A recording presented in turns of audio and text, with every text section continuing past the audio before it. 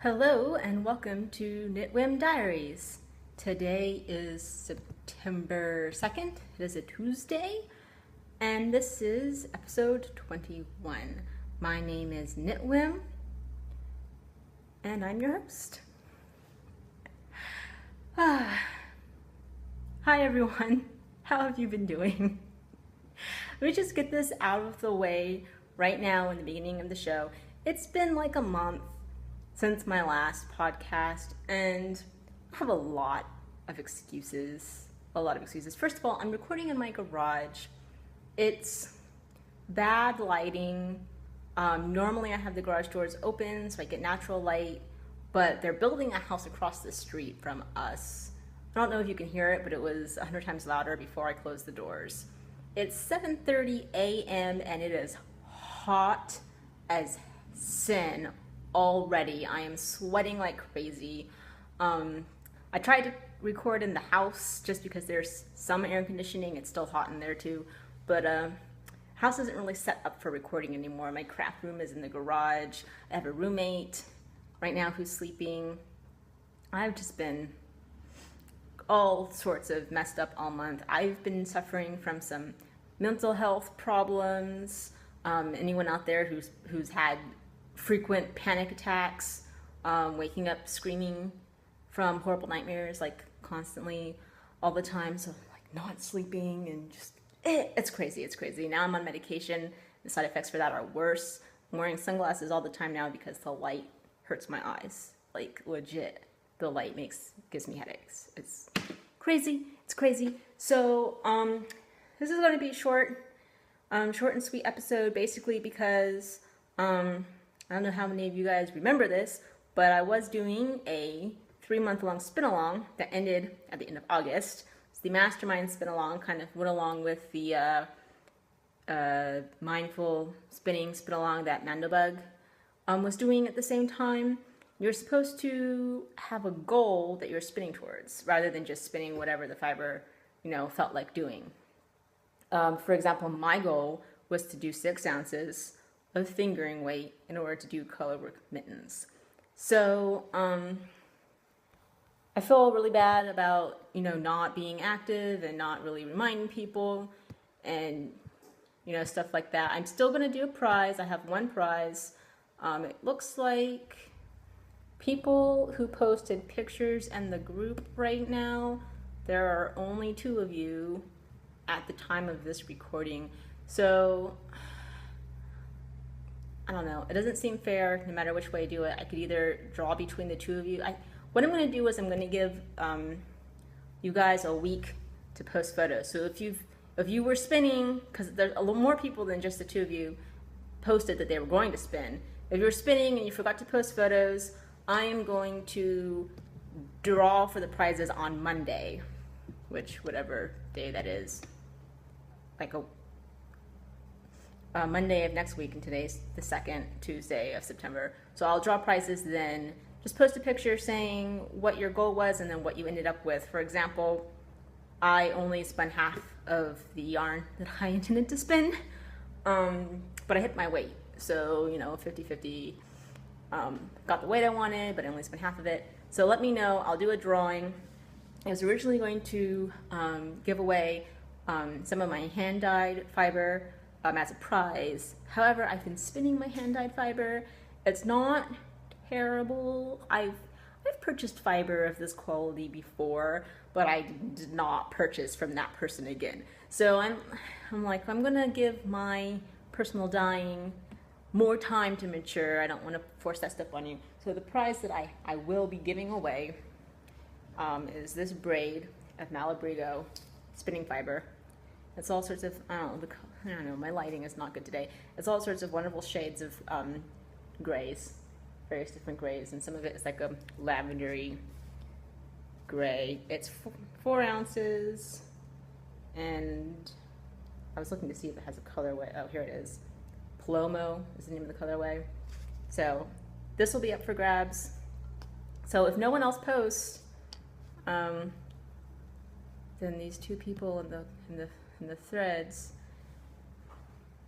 Lupin owns Jacob and Tanya ST27, if no one else posts photos, you guys are like 50-50 in the running for it as of today, and we'll see if anyone else joins in.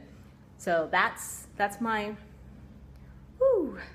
Sorry guys, I really do appreciate, I know all you people still come and watch me, even though I'm as irregular as it's possible to be. I'm still getting subscribers, which is amazing. I know a lot of podcasters don't talk about it very much, but it really is, makes me happy. It's a great self-esteem boost. I know as an adult you're not supposed to admit that you need that, but some of us do. Some of us really do. It's great. Thank you guys. So yeah, so that's really all the important stuff I wanted to get out of there. Hopefully I'm recovering and I'm gonna get back into crafting my my high anxiety like recovery mode was to just play Pokemon X nonstop, and that's all I did, because literally you can do that lying down in bed. You can do that half asleep, which is what I do, is I'm like laying there like, oh, I'm gonna go to sleep any minute now. But yeah, so I don't know what order to do stuff in anymore, because it's been a really long time since I did a podcast. So I'm just gonna do some stuff, starting with future projects. Okay, Mandobug is going to be doing a spin with your hand spun, a knit with your hand spun knit along in her group. And you know, now that I mentioned that, I wonder if it's started already.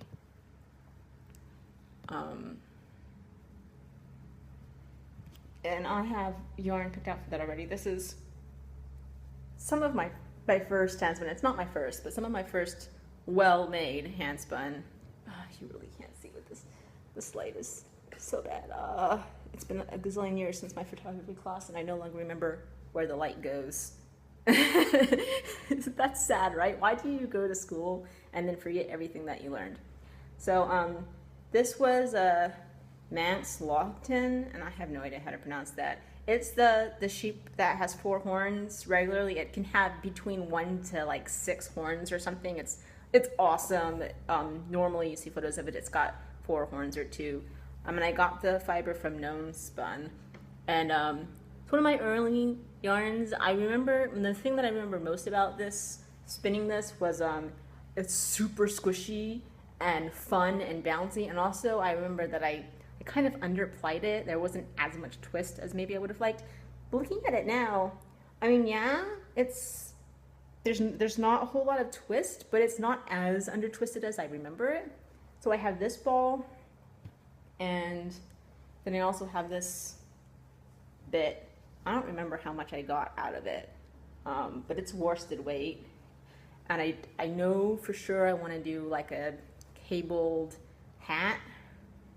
I think I have some kind of like honeycomb type patterned cable hat, probably a Brooklyn tweed type thing. So that's like, whenever that thing starts, that's the hand spun I'm going to do for that, and it's going to be a hat. And then if I have enough, I'll do mittens to go with it. But since it's so underspun, like, it's not going to wear very well as mittens. Like, you know, like, it'll pill easily, because it's, you know, the tighter the ply, the more hard wearing and the less pilling. So anyway, there's that. The other thing, future knitting wise, I have 3 friends that are pregnant. So there's going to be a lot of baby knitting going on. I'm kind of on the fence about what to show on the podcast, because I really like surprise presents. But like with knitting, you want to make sure the other person likes what they're going to get, which is one element.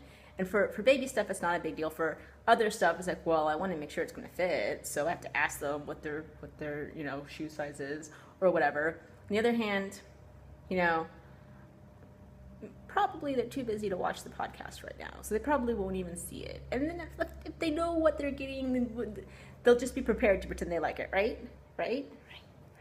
So baby knitting, I've done blankets before for these babies, and you know, I wasn't really feeling that this year, so I got some yarn from Eat Sleep Knits. This is, they're both Dream in Color Smushy. The fingering weight, the sock yarn. This is, the colorway for this is something really delicious that I liked. Oh, yeah, the colorway for this one is Emerald Darkness. This is the regular Smushy. It's 450 yards or something ridiculous. And then this is the Starry, so it's the sock weight, but it's got glitter in it. And it's called Atomic Blue. And so these are going to be, dare I say it, baby sweaters. So I've got yarn for 2 baby sweaters, and then we'll see if I get bored of doing baby sweaters. I might have to change my mind and do something else. But you know, there once was a time where I was like, oh, babies get acrylic because 1, they grow way too stupid fast, and 2, hand washing, and 3, price. But I'm like, you know what? I have to knit that shit. I'm not knitting acrylic, so the babies get Dream in Color. It's so good. I'm really excited about this. I'm currently knitting one thing, although I hope to change that soon. I want to cast on the sweater. I also have socks somewhere that I should probably be working on. I'm sorry, I apologize if I'm talking way too fast. It is really hot. And it's also, as I mentioned, it was 7:30 when I started recording this. I'm working a night shift right now, so it's actually my bedtime. What are you gonna do? What are you gonna do? I don't know. I don't know how to help you with that. So I'm just all over the place. Also, I came into my garage and I like touched something and this thing flew off of it. And I'm like, oh my God, do I have moths in my garage? Oh my God. So like I brought this white sheet down and I started to pile my fiber on it, and I was like shaking it to see if I could see anything fall out, like moth eggs. And you know, Yarn Harlot wrote some things about moths once upon a time. She said she could hear the eggs fall out onto the sheet when she did it. So I was like sitting there like, can I hear any eggs? Can I hear any eggs? And I realized it was going crazy, and I decided to stop and do the podcast. Most of my stuff is in plastic boxes, but most of my fiber is not. It's like in open bins. And then the fiber that I was dyeing, you know, I had it laying out to dry, and I never put it away between the last time I did this podcast and now. So that stuff's all out. And so I'm just like, I hope that wasn't a moth, or it was the not liking wool breed of moths. We'll see. Maybe the garage isn't the safest place to store my yarn. I didn't, like, how did it get in? I don't know. How did they get into my garage? Anyway, so I'm knitting, currently I'm knitting a shawl, and it is the Juniper Lemon Shawl by Jalis Bureau. And oh yay, look at this, I am not in the middle of a row, but it still looks like a blob. So it's a pay-for pattern, and I really like the finished design of the shawl. You can see it's got rows of stockinette followed by rows of garter, and then it's got these like little yarn over eyelet holes that make the lemon drop portion. And then the part that I have not started yet is the outer bit of it is going to be a feather and fan pattern. So I really like the finished product and the way it looks, and I'm doing this, I think, on size 6s with Malabrito sock in some kind of yellow colorway. The only, so I like the pattern, I'll probably knit it again. The only thing is that I think I paid like $5 for it, and it's not charted except for the feather and fan part. Everything else is written, and it's one of those patterns that's written as a recipe. So it's like, you know, stockinette portion, repeat as with rows 20 through whatever, and then you have to go back and look, well, what were those rows? It's like, okay, garter stitch section, repeat as, and so it's basically, yeah, it's a recipe, which, you know, I find a little annoying. I prefer charts, and clearly I screwed something up because my stitch count is really off. Not like, oh, I've done X number of rows and I should have this number, but I have less or more. It's really like I have a number that it would be impossible for me to get if I was increasing correctly. It's like not even a possibility on the stitch count chart. So either I did something really wrong that I've looked at it several times and I can't figure out what could possibly have been done wrong to get that stitch count, or the stitch count in the pattern is wrong. I don't know which it is, but it's one of those things where literally it's garter stitch and stockinette. So even if my stitch count is wrong, I'm not too worried. It's gonna be a triangle shape and it's gonna be fine. So I'm not worried, but it's also like, okay, by the time I finish, I'll have figured out why the stitch count is off, and by then I won't even care. Also, I do have a finished object. I finished my sweater, the Bloomsbury sweater by Svetlana Volkova. Okay, I was knitting this for the Harry Potter crochet group, and like the deadline to finish it was the end of July, which tells you how long it's been since I did a podcast, because I'm pretty sure I haven't shown it off. I certainly don't have FO photos on Ravelry. And it's finished, but guilty secret, I still haven't woven in the ends on the inside.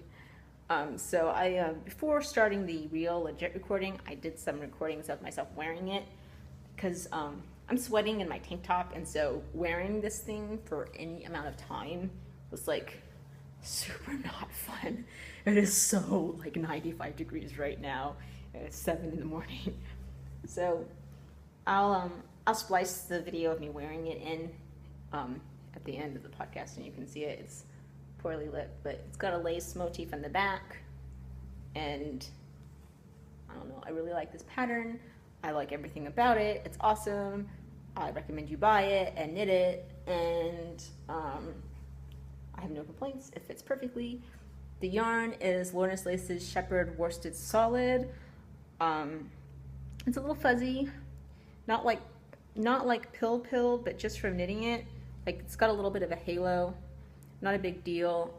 I don't own a sweater comb or a sweater brush or whatever, but I'm gonna a sweater razor. I'm gonna buy one soon. I think that'll be more than enough. I haven't washed it yet, so I don't know. I think it's going to take a couple of months of wear before I come with a verdict on how well the yarn holds up. But so far so good. It hasn't started coming apart just with the knitting, which I've had yarns that did that. So far so good with that. Really happy about that. This means I have to knit my husband a sweater next.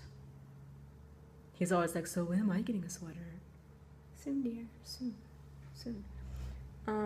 So yeah, so that's it. That's everything. I do have some books I wanted to show you. My dad, so sweet. He's like, I know you're having a bad, month or whatever, so I'm sending you a care package in the mail. Let me know when you get it. So guess what he sent me? Not one, not two, but 3 books. And they're all about spinning. The first one is The Field Guide to Fleece. And if you heard anyone ranting and raving about the Fleece and Fiber Source book, this is kind of along the same lines, except it's paperback and tiny. It'll fit in your craft bag. And it, the great thing about the Fleece and Fiber Source book is that it's huge, and it has these really big, gorgeous photos of the sheep. And this one, it's got all the same information, but the pictures are just way smaller, and it's just more about, like, you want to know stuff. So it's really good. I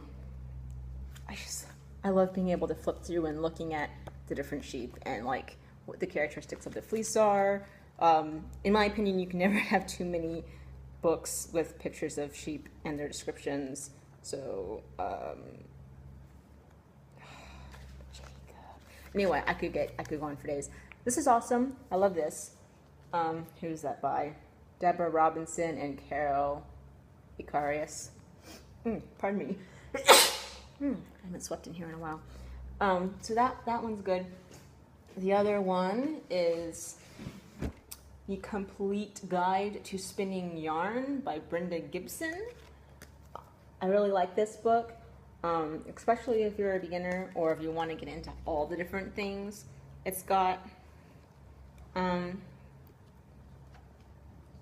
like really, really useful like pictures and descriptions of all the different tools, like what they're for, you know, how to use them. Explains what the Lazy Kates and the Nitty Naughties. It's got everything. How to wash the fiber, how to use hand carders, blending, like, and there's a lot of stuff in here, like maybe you know how to spin, but you've never prepped fiber. So like a lot of the fiber prep stuff I don't know about. And then it's got some dyeing stuff, which I'm definitely going to be reading that. It's got like a cute little thing on making your own spindle K and drop spindles. And my favorite page probably in the entire book isn't even really that useful. Where is it? I don't know. There's a page that just has pictures of the different types of spinning wheels. And it's like, here are the different types of spinning wheels that exist, and it has a book charca on it, which I don't know if I've told you about my deep burning desire to own a book charca, but I want one so hardcore. Yeah, I don't know where that page is. Anyway, so it's a really awesome book too. It's definitely, and it has all sorts of pictures on like how to set up the wheel. So if you don't know how to set it up and you've bought one online and you have to set it up, how to put the band in and everything. It's great. I love it. Complete Guide to Spinning Yarn. And then the third one, I haven't actually read this one yet because it's not really a how-to book. It's more like, it's not a novel either, but it's like a story, you know, it's like a memoir. I can't say that word. Forget I tried. It's Adventures in Yarn Farming, 4 Seasons on a New England Fiber Farm by Barbara Perry. So here you see, and it literally is like she's writing about her life on the farm. So I'm really excited about that. It's, you know, something different. You know, you learn differently when it's just a whole story about what they did rather than I'm going to tell you how to wash a fleece. So I read a lot at work right now because I'm working nights, and I'm reading a fantasy trilogy right now. But when I'm done with that, this is going to be my at-work knitting because it'll make me happy. And I need things to look forward to. So it's got, you know, and it's a lot more than just shape. Like it's got like a chapter called The Kitchen Garden, you know, so it's like the whole thing. And that makes me happy. All right, so there's 20 good minutes. I'm going to add in the video of my sweater, me wearing it somewhere around here. And if you participated in the mastermind spin along thing, please do go post a photo real quick in the group. I apologize for not being as active. It was my first time doing a spin along, and I guess it's not as easy as it looks when other people do it. But yeah, I'm learning. I definitely will try again in the future, but maybe I just need to be a little bit more organized. So yeah, go post in the thread. I'm going to close it on Monday, whatever that Monday is. Today's the 2nd, and it's a Tuesday, so whenever that Monday is after that. And then we'll go from there. Yeah. Totally. Okay, I'm going to bed now, so see y'all later.